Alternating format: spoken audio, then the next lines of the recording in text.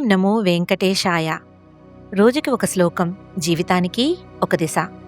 ఇది వెంకటేశ్వర సుప్రభాతంలోని 17వ శ్లోకం.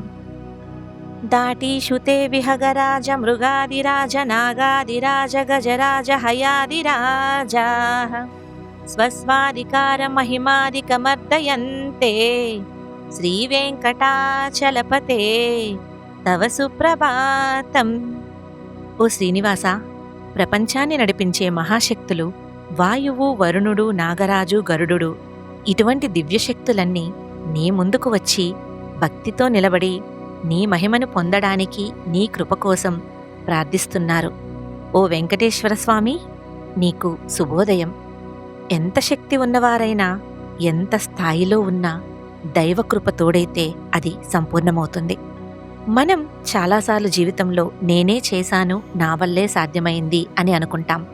కానీ ఈ శ్లోకం మనకు చెబుతున్నది శక్తి మాత్రమే కాదు, కృప కూడా అవసరం. గుర్తుంచుకోండి, ఎఫర్ట్ మనది, గ్రేస్ ఆయనది. మనం ప్రయత్నం చేయాలి, కానీ ఫలితం కోసం దైవంపై విశ్వాసం ఉండాలి. వినయం, భక్తి ఇవి కలిసినప్పుడు జీవితం పరిపూర్ణమవుతుంది. ప్రతిరోజు మన ప్రయత్నంతో పాటు దైవస్మరణను కలపండి. విజయం మరింత అర్థవంతంగా మారుతుంది.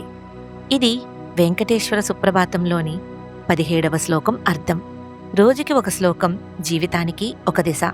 మళ్ళీ రేపు కలుద్దాం. ఇలాంటి జీవన సత్యాలు తెలుసుకోవాలంటే మా ఛానల్ని సబ్స్క్రైబ్ చేయండి. ఓం నమో వెంకటేశాయ.